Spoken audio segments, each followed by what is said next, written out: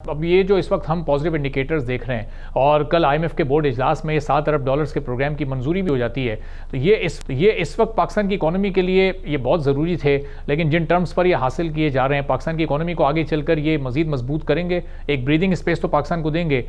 مزید کیا بہتری آ سکتی ہے اس پروگرام میں جانے کے بعد؟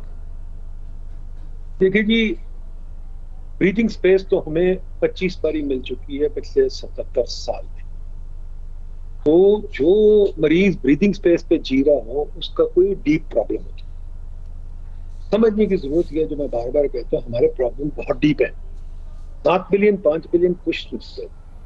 ایک ہماری جو ہے کیا کہتے ہیں اکانومی 250 ملین لوگ کی ہے، اور ہم 250 ملین لوگ کی اکانومی کو ہم 7.7 بلین کی بھیک مانگ کے گزارا کرتے ہیں۔ میرا خیال پہلی چیز ہے ہمیں یہ مائنڈ سیٹ کو ختم کرنا ہے کہ ہمیں بھیک کی عادت ختم کرنا۔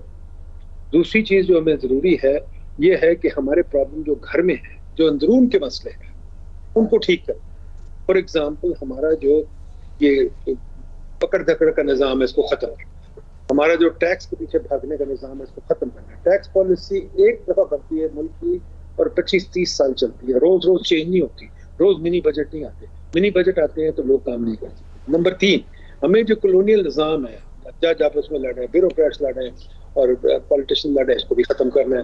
ہمیں کوئی سمجھوتے کرنے ہیں کہ آپس میں بیٹھ کے بات چیت سمجھوتے کر کے چل سکتے ہیں۔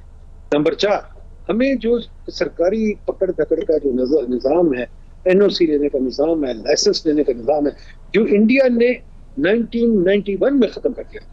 انڈیا نے 1991 میں آئی ایم ایف خدا سے حافظ کہہ دیا تھا اور کہہ دیا تھا ہم یہ نظام ختم کر رہے ہیں، لائسنس کا اور یہ چیزیں ختم کر رہے ہیں۔ یہ ہمیں ختم کرنی پڑے گی۔ ہمیں مارکیٹ فرینڈلی نظام بنانا پڑے گا۔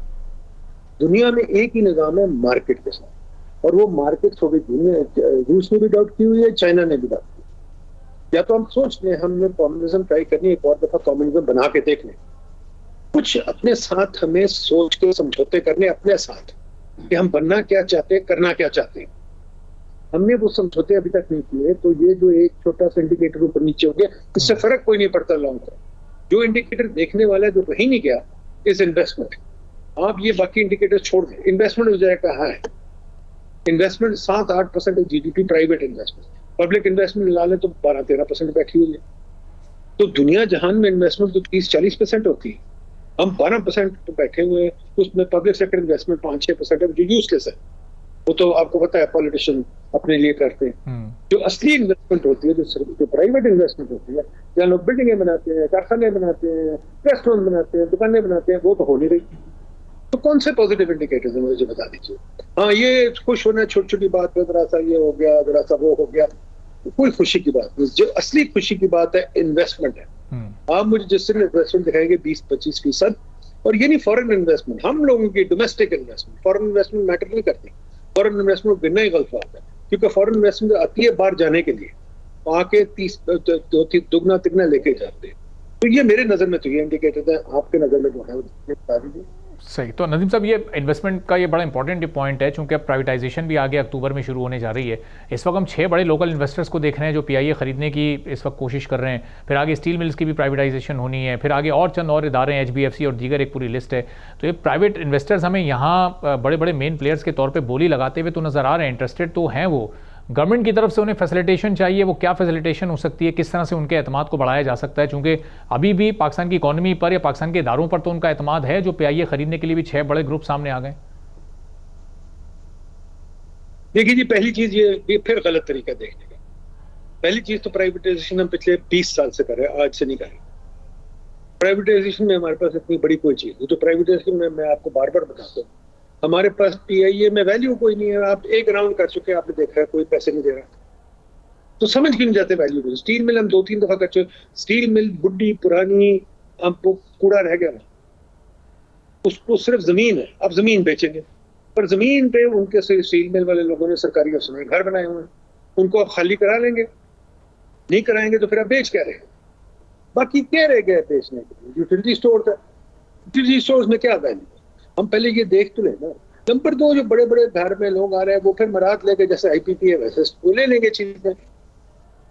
ہمیں جو چاہیے انویسٹمنٹ یہ والی نہیں چاہیے، ہمیں انویسٹمنٹ، جیسے میں نے کہا نا کہ یہاں اسکائی اسکریپرز بن رہے ہوں, یہاں نئی فیکٹریاں لگ رہی ہوں, نئی پروڈکٹس بن رہی ہوں, نئی کیا کہتے ہیں دریافتیں ہو رہی ہوں, نئی چیزیں آ رہی ہوں, نئی دکانیں بن رہی ہوں, کارفور بن رہا ہو, یہ انویسٹمنٹ چاہیے. اگر یہ انویسٹمنٹ نہیں ہو رہی تو باقی جل ہی کام. پرائیویٹائزیشن وغیرہ بیوروکریٹس کا کام ہے. اول تو یہ چیزیں ہمیں نیلام بھی کرنی چاہیے تو بینکرپٹ کریں, اور زمین بیچنی زمین دے. سب سے بڑی جو پرائیویٹائزیشن والی بات ہے وہ تو ہم کرتے ہی نہیں, وہ ہے جہاں سرکاری گھر ہے. سرکاری گھروں کا ہم نے جو حساب لگایا ہے بلین ڈالر کی میں پڑے. سرکاری گھروں کو تو آپ چھیڑنا نہیں چاہتے. ویلیو وہاں ہے. ویلیو یہ نہیں کہ پی آئی اے میں کیا ویلیو ہے, پی آئی اے میں 2-4 ریل اسٹیٹ ہے اور کیا جہاز ان کے پاس ہے کوئی نہیں. اور پی آئی اے میں ماشاءاللہ اتنے پبلک جو امپلائیز ہیں ان کی کیا ویلیو ہے. تو ہم کی سوچ پر بات کریں نا, بینکرز کو خاص طور پہ یہ سوچ کے سوال پوچھنا چاہیے کہ پی آئی اے میں ویلیو بہت کم ہے, ان چیزوں میں کتنی ہو جائے گی. چلے بیچ دیں گے پی آئی اے, اسٹیل مل بیچ دیں گے, کیا $1 بلین بھی نہیں آنا. سبسکرائب کریں اور بیل دبائیں تاکہ کوئی خبر رہ نہ جائے.